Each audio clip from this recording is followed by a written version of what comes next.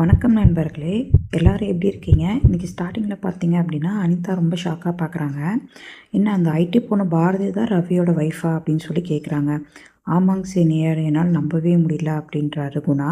அதுக்கு ராக்கி இருந்துட்டு ரவி சீனியர்னு இல்லை, யாராக இருந்தாலுமே உன்னால் நம்ப முடியாதுடா அப்படின்றாங்க.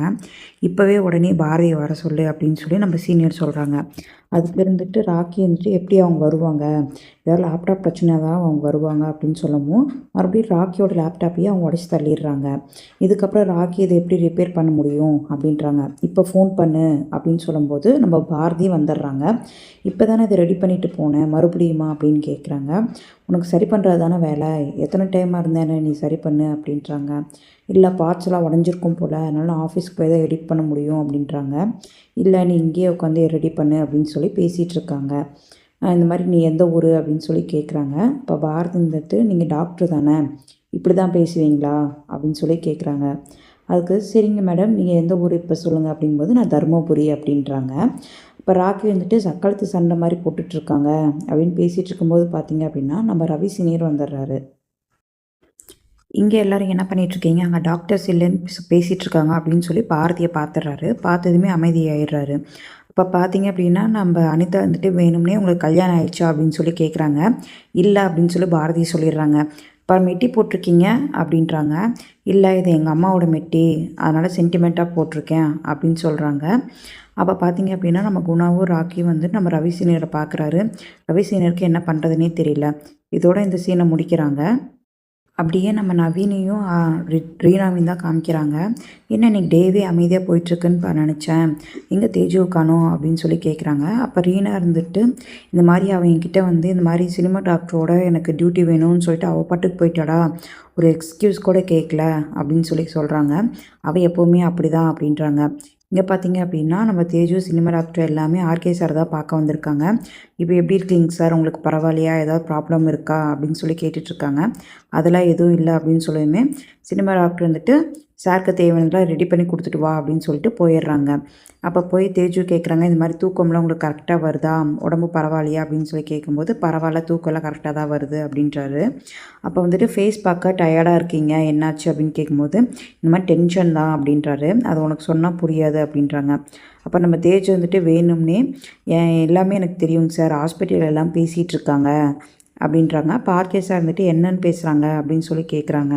இப்போ தேஜஸ் சொல்கிறாங்க, இந்த மாதிரி வந்துட்டு நம்ம ரதி மேமும் வந்துட்டு சிஇஓ போஸ்ட்டுக்காக வந்துட்டு ரெடி ஆகுறாங்க, அதனால தான் அர்ஜுனை வேணும்னே இந்த மாதிரி பண்ணுறாங்க, அர்ஜுனுக்கு எதிராக அவங்களும் ரிப்போர்ட் ரெடி பண்ணிகிட்ருக்காங்க அப்படின்னு சொல்லி தேஜஸ் சொல்கிறாங்க.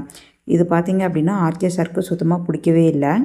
ஆர்கே சார் என்ன சொல்கிறாரு அப்படின்னா, உன்னோட வயசுலேருந்தே எனக்கு ரதியை பற்றி நல்லாவே தெரியும், அவள் ஒரு நல்ல டாக்டர், அவெல்லாம் அந்த மாதிரி நினைக்க மாட்டா, அதனால் நீ வந்து தேவையில்லாமல் இதையும் கற்பனை பண்ணிகிட்ருக்காத, அவள் என்றைக்குமே இந்த ஹாஸ்பிட்டலுக்கு வந்து எதிராக அவன் நினைக்கவே மாட்டா, அவளை பற்றி எனக்கு நல்லா தெரியும், அதனால் நீ வந்து உன் ஒர்க்கை மட்டும் நல்லா தெளிவாக பாரு, ஒரு நல்ல டாக்டராக வரணும் அப்படின்னா நீ வந்து உன் வேலையில் வந்து நல்லபடியாக செய்யணும், இந்த மாதிரி தேவையில்லாமல் காசு பேசிகிட்ருக்காத, முதல்ல நீ இங்கேருந்து கிளம்பு, தெரப்பிஸ்ட்டை வர சொல்லு அப்படின்னு சொல்லி கோவமாக சொல்லிடுறாரு.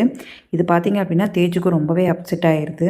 சரி ஓகேங்க சார் அப்படின்னு சொல்லிட்டு அங்கேருந்து கிளம்பிடுறாங்க. அப்படியே பார்த்திங்க அப்படின்னா ரதி வீட்டில் தான் காமிக்கிறாங்க. கிட்ஸ் 2 பேருமே வந்து ரதி ரூமில் வந்துட்டு உனக்கு தேவையான திங்ஸ்லாம் நீ எடுத்துக்கோ, அதே மாதிரி நானும் எடுத்துக்கிறேன், அப்புறம் அம்மா தேடிட்டு இருக்கும்போது அந்த டைமில் நம்ம கொடுத்தோம் அப்படின்னா அம்மா வந்து நம்ம நல்ல பேர் வாங்கலாம் அப்படின்னு சொல்லி நம்ம திவி ஐடியா கொடுக்குறான். சரின்ட்டு நம்ம சித் பார்த்திங்க அப்படின்னா அவங்க அம்மாவோட ஹேர் கிளிப்பு அந்த மாதிரி எல்லாம் எடுத்துகிட்ருக்கான்.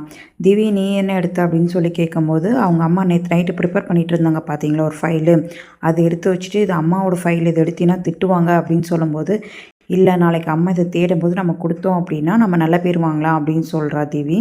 சரி ஓகேன்னு சொல்லிட்டு அதை எடுத்து வச்சிடுறாங்க.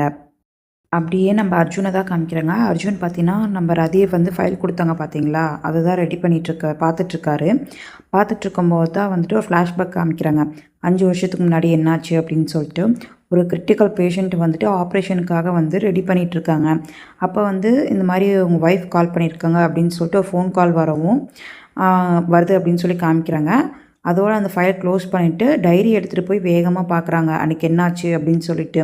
அப்போ தான் ஃப்ளாஷ்பேக்கில் காமிக்கிறாங்க அவங்க அம்மா பரண் மேலே வந்து ஏறியே வந்து ஏதோ எடுத்துகிட்ருக்காங்க. அப்போ தெரியாமல் விழுந்துடுறாங்க. விழுந்துட்டு போய் ஹாஸ்பிட்டலுக்கு கால் பண்ணுறாங்க. அப்போ தான் வந்துட்டு ஆர்கே சார் வந்து பேசுகிறாரு. ஏங்கம்மா என்னாச்சு அப்படின்னு சொல்லி கேட்கும்போது, என்ன பண்ணிகிட்ருக்கீங்க அப்படின்னு சொல்லி கேட்குறாங்க. இந்த மாதிரி ஆப்ரேஷனில் இருக்கேன் அப்படின்றாங்க. என்ன ஆப்ரேஷன் அப்படின்னு சொல்லி கேட்குறாங்க. அதான் சொன்னேன்ல 40 வயசு ஒரு பெண்ணுக்கு வந்து இப்போ தான் 2 குழந்தைய காப்பாற்றியாச்சு. அவங்க அம்மாவுக்கு தான் ரொம்ப சீரியஸாக இருக்குது, அதான் பார்த்துட்ருக்கோம். சொல்லுமா என்ன ஏதாவது எமர்ஜென்சி அப்படின்னு கேட்குறாங்க. அதெல்லாம் எதுவும் இல்லைங்க, 3 பேத்தையும் நீங்கள் நல்லபடியாக காப்பாற்றுவீங்க பாருங்கள் அப்படின்னு சொல்லிட்டு வச்சிடுறாங்க. சரின்ட்டு ஆர்கே சாரும் ஆப்ரேஷனுக்கு போயிடுறாரு. அந்த டைமில் பார்த்தீங்க அப்படின்னா நம்ம அர்ஜுன் வராரு. அர்ஜுன் வந்துட்டு அம்மா இப்படி இருக்கிறத பார்த்தோன்னே ரொம்ப ஷாக்காகி அம்மா அம்மான்னு சொல்லி அழுகுறாங்க. இப்போ ஃபோன் கீழே இருக்கிறத பார்த்துட்டு யாருக்கு கால் பண்ணியிருப்பாங்கன்னு பார்த்தா ஹாஸ்பிட்டலுக்கு தான் கால் பண்ணியிருக்கிறது தெரிய வருது. அங்கே நர்ஸ் அட்டன் பண்ணி இந்த மாதிரி ஆர்கே ஹாஸ்பிட்டல் சொல்லுங்கள் அப்படிங்கும்போது, அப்பா இல்லையா அப்படின்னு கேட்குறாங்க. அப்பா வந்து எமர்ஜென்சியாக ஒரு ஆப்ரேஷனில் இருக்காங்க, இப்போ பேச முடியாது அப்படின்னு சொல்லவும், அதனால தான் அம்மா இப்படி இறந்துட்டாங்களாட்டுக்குதுன்னு அவரே நினச்சி தப்பாக நினச்சிக்கிறாரு. இதனால தான் அவர் வந்து ஆர்கே சார் மேலே கோவமாக இருந்திருக்காரு. இப்போ இந்த உண்மையெல்லாம் வந்துமே அர்ஜுனுக்கு தெரிய வருவோம். அர்ஜுனால் நான் ஏற்றுக்கவே முடியல, ரொம்ப ஃபீல் பண்ணுறாப்புல, அழுகுறாப்புல. அப்புறம் என்ன பண்ணுறதுனே தெரியல. ஒரு பக்கம் மழை பெஞ்சிட்ருக்கு, அவர் பாட்டுக்கு ஓடிட்டுருக்காரு. எங்கே போகிறாருன்னு தெரில. அப்புறம் பார்த்தா அப்படின்னா நம்ம ரீனா வீட்டுக்கு முன்னாடி தான் வந்து நிற்கிறாரு. ரீனாவும் அர்ஜுனை பார்த்துட்டு ஓடி வந்து, என்னாச்சு அர்ஜுன் அப்படின்னு சொல்லி கேட்குறாங்க. இப்போ அர்ஜுன் வந்து எதுவுமே பேசவே இல்லை. உடனே ரீனாவை கட்டி பிடிச்சி அழுகுறாங்க. ரீனாவும் எதுவும் பேசாமல் அமைதியாக இருக்காங்க.